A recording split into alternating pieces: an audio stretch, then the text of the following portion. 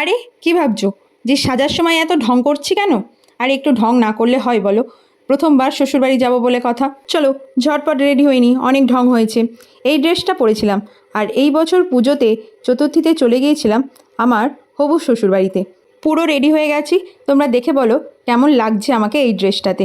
বিয়ের আগে আমি কেন হবু শ্বশুরবাড়িতে গেলাম, অনেকের মনে প্রশ্ন হতেই পারে। অ্যাকচুয়ালি ওরা অনেক দিন ধরে আমাকে বলছিল যে বাড়িটা দেখে যেতে, যেহেতু আমার অ্যারেঞ্জ ম্যারেজ, সেই জন্য আমিও ভাবলাম ঠিক আছে একবার ঘুরে আসি। যে বাড়িতে আমি সারা জীবনের জন্য যাব, সেই বাড়িটা একবার দেখে আসতে ক্ষতি কি।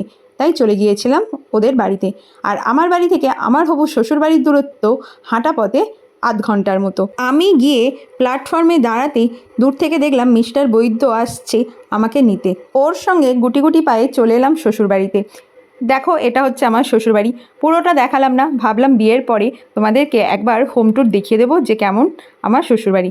তবে যেটুকুনি পেরেছি তোমাদেরকে দেখিয়েছি। ও হ্যাঁ, বলা হলো না, মিস্টার বৈদ্য কিন্তু আমার জন্য কফি বানিয়েছিলেন, স্পেশালি আমার জন্য, যেহেতু আমি খেতে চেয়েছিলাম। কফির স্বাদটা ভালোই ছিল।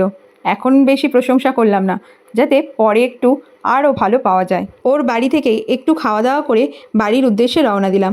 চলে এসেছিলো আমাকে বাড়ি ফেরত দিতে। আর আসার সময় আমি আইসক্রিমের বায়না করেছিলাম, তাই আমাকে আইসক্রিম কিনে দিয়েছিল।